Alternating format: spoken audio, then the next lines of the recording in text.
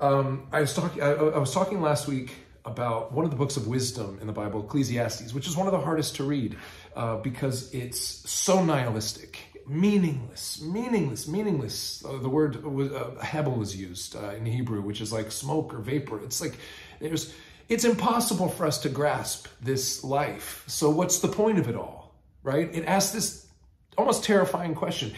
In fact, Eden says of this, Eden says, you're pondering on Ecclesiastes, says, you don't have all the answers to life enigmas, do you?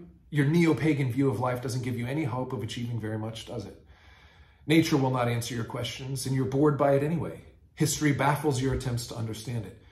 You don't like to think about your own death, yet it is the most certain fact about your existence. This is really where Ecclesiastes brings us to, is this very painful place of going like, well, then what is the point of all this? This is in Scripture, buried within the greater saga of what Jesus, what God is doing through Israel and through Jesus in the New Testament, because it's confronting the realities, the harsh realities of life. We also get a completely different perspective from Proverbs, for example, which is a book of wisdom, saying like, if you live a wise life, then this will be the fruit of your life. If you don't, this will be the cost. And we get Job, the book of Job, which if you don't know, a quick summation is that he is well-liked and beloved, a righteous man under God. And the accuser, the Satan, a heavenly being, approaches God in his courts and says, you only love him because, he only loves you because you bless him so much. You have a hedge of protection around him. You care for him so much. It's easy for him to have faith and love for you. What if that were gone? And ask permission to torment Job, basically. And we get, for the first time, as in the sequential order that we read the books from the Torah on, we get this, for the first time, this challenge to our thinking that perhaps bad things happen to good people. Because everything up until that point is, if you obey, you shall live. You will, the face of God will shine upon you, and you will have provision and protection. And then we get this unusual play where we get to see behind the curtain, and we realize that Job is being tormented. And one of the big questions that is being asked through this poetry is whether or not the universe is aligned with the idea, is bound to the idea of just retribution. It is how we would design the universe, I think, if it were left up to us, our wisdom, our short-sighted view, right? Many of us hate God because we feel like he is not bound to this idea of just retribution, that if somebody does something wrong or evil, that they should pay the price, and pay the price immediately. That God should snuff out all evil in our lifetime. And we don't see that happening. So we see that we live in a universe that is full of beauty and wonder and awe and order, but then also terrible things happen. And so what kind of good God would allow such things if he's so omnipotent and powerful and omniscient? And why allow these things to happen? Certainly no good God would allow these things to happen.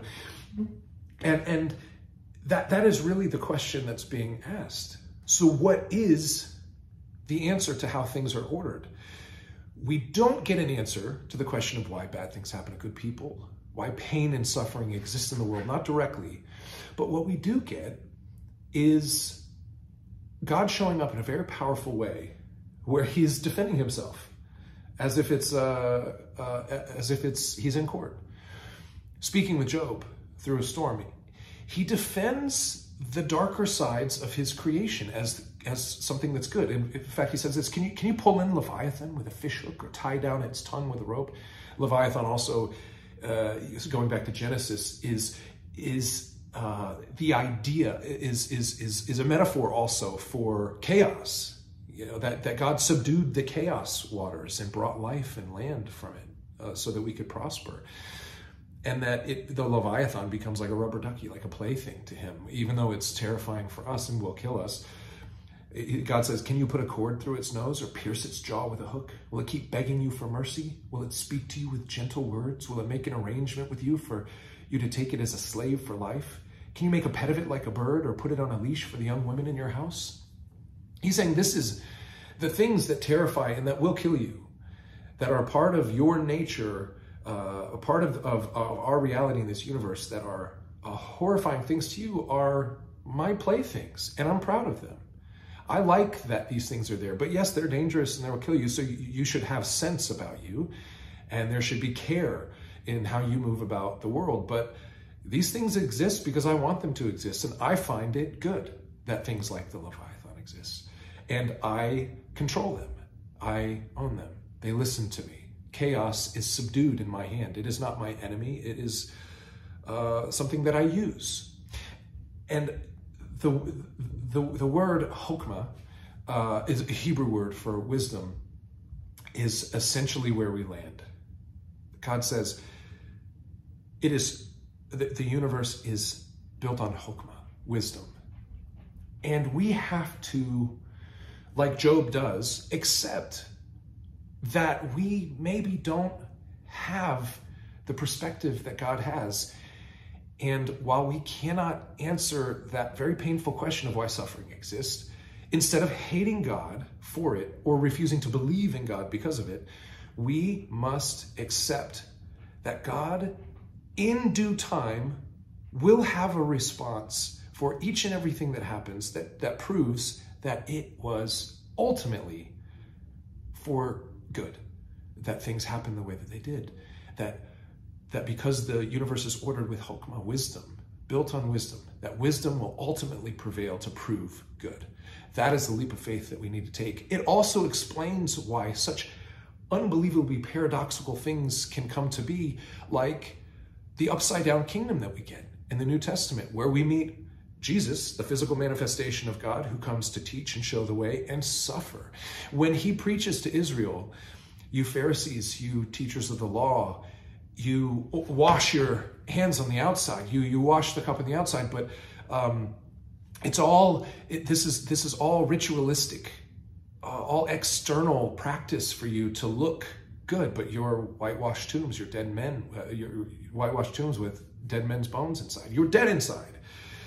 I call you to be generous, but you're addicted to tradition and ritual and religion, and you are forgetting, you're missing the point, to care for especially the poor and needy, but to care for others in an overly generous way.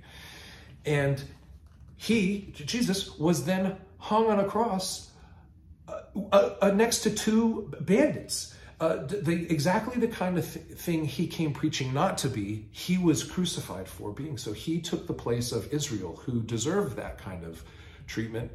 That is an upside down kingdom. The king, the perfect king, becomes this offering. The word used for the types of men was stasis. They were rebels. They were insurrectionists. These were like terrorists against the Roman occupiers. He was hung as a terrorist, but he came preaching good news and doing wonderful works of charity and love and healing and mercy, and begged Israel to do the same, and was punished for that. So how can that make sense in a world where just retribution is the law of the universe? It doesn't. But it does when it's built, when reality is built on chokmah. That act of love and sacrifice was allowed to take place so that there could be one sacrifice for all, is an act of love that nobody predicted. And even the people around Jesus at the time were having a hard time. He's going, I'm going to go die now. And they're like, no, this can't be. You're supposed to be the conqueror. We're supposed to take over, push out the Roman occupiers, establish Israel forever, right? The way that Jesus decided to establish his kingdom was done as a suffering servant. And only chokmah could dream up some kind of story like that, right? I mean, I remember I was making a movie called Blue Mountain State, and I was sure that I was making the right call. But we ran a Kickstarter, and we made, at the time, it was one of the largest Kickstarter endeavors ever for a film. And there was a couple companies that reached out to us that said, we'll take care of all your drop shipping needs. We'll make all the stuff for you, all the products, just pay for the materials and a 5% commission, like a nominal commission. And we'll do all that work for you. And I thought to myself, 5% is a lot of movie that we can make. And so I convinced my partners not to take the bait and said we could do it ourselves. We could fulfill these things ourselves. How hard could it be? And make an even better movie. I mean, the germ of the idea was a good one, but ultimately it proves to be one of the biggest regrets of my life, because for 3 years we slaved away in storage parking lots with truckloads of materials that we had to make and manufacture and ship, and then it took so long for us to figure out how to get some of these things made and shipped out. The people didn't even live there anymore when they got there, so we got sent back, and then we got mean emails saying, like, where's my stuff? And I was like, well, we sent it, but it took too long because we're not a company. Like, this isn't what we do for a living. We're doing the best we can, so we resend it, and now we're like paying money out of our own pocket to try and get this stuff to people. It was a nightmare, and like, people look at this industry and they're like, oh, glamorous, like movie making. Man, we were in hot parking lots for months and months and months at a time when I would have loved to do anything else. Packing t-shirts, signing things, sending them, mailing them, labeling in the parking lot, taking them to ship. It was like for years, it took years off my life. All because I wanted to save that 5% fee to put it into the movie. We didn't make money on the movie. We put everything we had into that movie. But, that was a big mistake. I didn't have the chokmah, the long lens view wisdom to know that was going to be a huge mistake. And it taught me that, sometimes we need to trust something bigger than ourselves. Like sometimes in that situation, this company knew there was a service that needed to be done by a professional, and I should have trusted in that.